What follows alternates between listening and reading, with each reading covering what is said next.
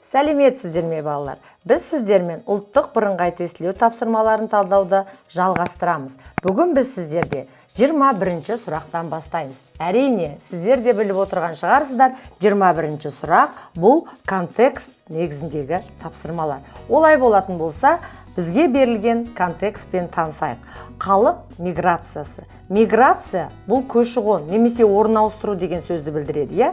Бұл бір елдің аймақтары мен мемлекеттер арасындағы халықтың қозғалысы. Ол сыртқы және ішкі болып бөлінеді. Елден кету ол эмиграция, елге кіру ол иммиграция деп аталады. Жалпы көші-қон өсуі немесе сальдо деп айтамыз балалар оны.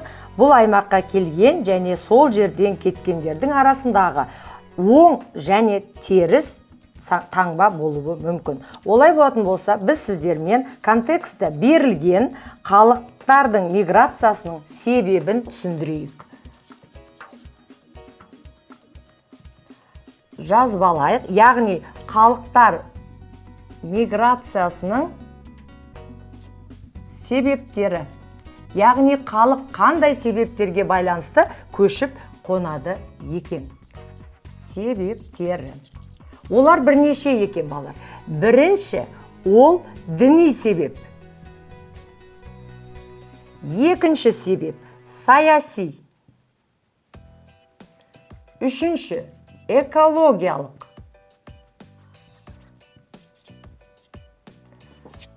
Төртінші ол экономикалық.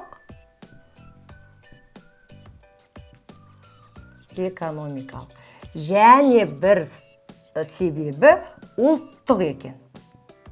Міне, осы себептерді біле отырып, біз қазір берілген бірнеше тапсырманы орындаймыз. Жалпы, мына статистикаға мұқият оқып алыңыздар. Қазақстан Республикасының көші-қон қызметі комитетімен ұлттық статистика бюросының мәліметі бойынша 2021 жылдың қаңтар мен мамыр айларында Қазақстанда, қазір біз оны жазайық, бізге есеп шығаруға керек болады. Қазақстанда мен айттым 2021 жыл деп, я? Так, иммигранттар 3662, ал эмигранттар 9862 адамды құрайды екен. Енді бізге сұрақ беріліп тұр. Сонымен 21-ші сұрақ. Соңғы абзаста көрсетілген кезеңде таза көші-қон сальдосы қандай дейді.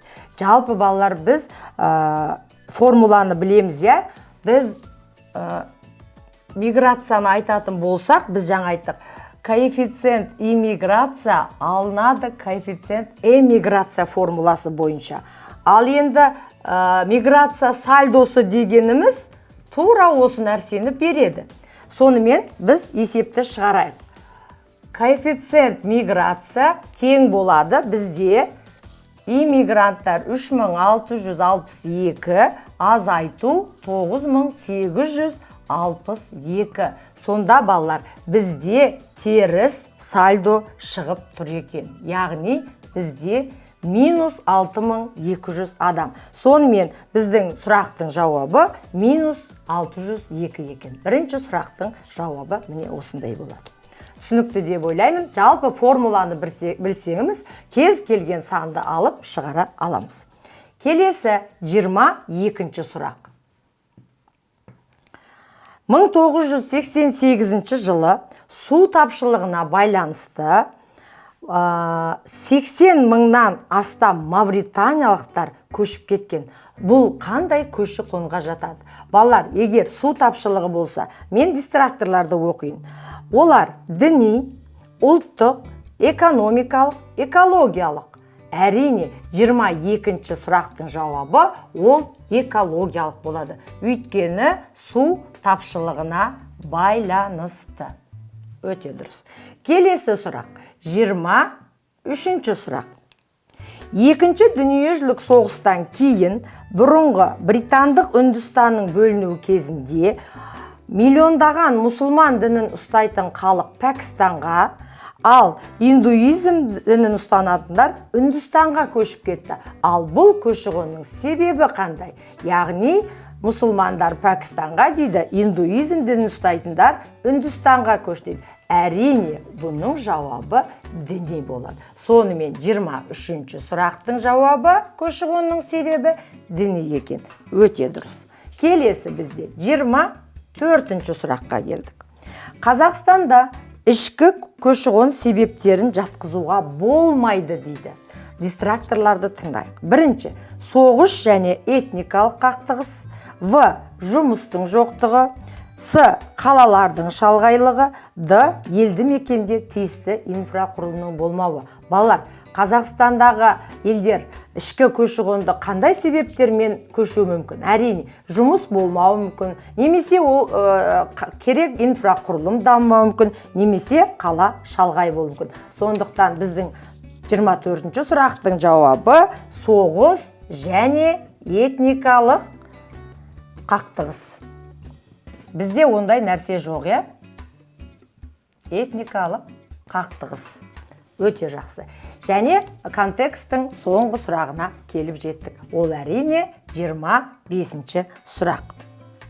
Ішкі көші-қон оң сальдосы бар Қазақстан қаласы дейді. Жаңа біз сіздермен жалпы миграция екіге бөлінеді дедік. Ішкі және сыртқы. Яғни Қазақстан ішінде көп көші-қон және оң сальдоны беретін қайсы қалар екен? Яғни ол жерге келіп жатқан келген адамдардың көбі саны қайсы қалада көп екен? Ондай болса оқимын. Қостанай облысы А варианты, В варианты Екібастұз облысы, С варианты Қарағанды облысы және Д варианты Алматы облысы.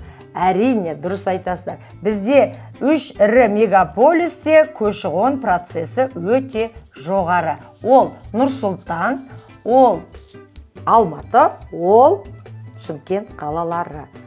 Көші-қон процесі оң сальдоны беретін Қазақстанның ірі мегаполистері деп айтуға болады. Сонымен балалар, біз сіздермен халықтар миграциясының себептері деген контексте берілген 5 сұрақты талдап болдық. Сіздерге жалпы миграция немесе халықтың көші-қоны деген сұрақтар түсінікті деп ойлаймын. Олай болатын болса, келесі сұрақтарды талдағанша сау болыңыздар.